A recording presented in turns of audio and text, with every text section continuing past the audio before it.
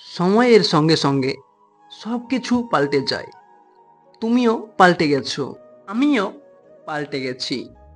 সময় সবাইকে পাল্টে যেতে বাধ্য করে, কেননা সময় তো স্থির নয়।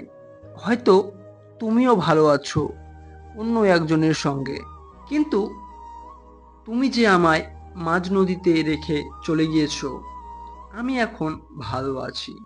তবে ভালো থেকো তোমার জীবন সঙ্গীর সঙ্গে।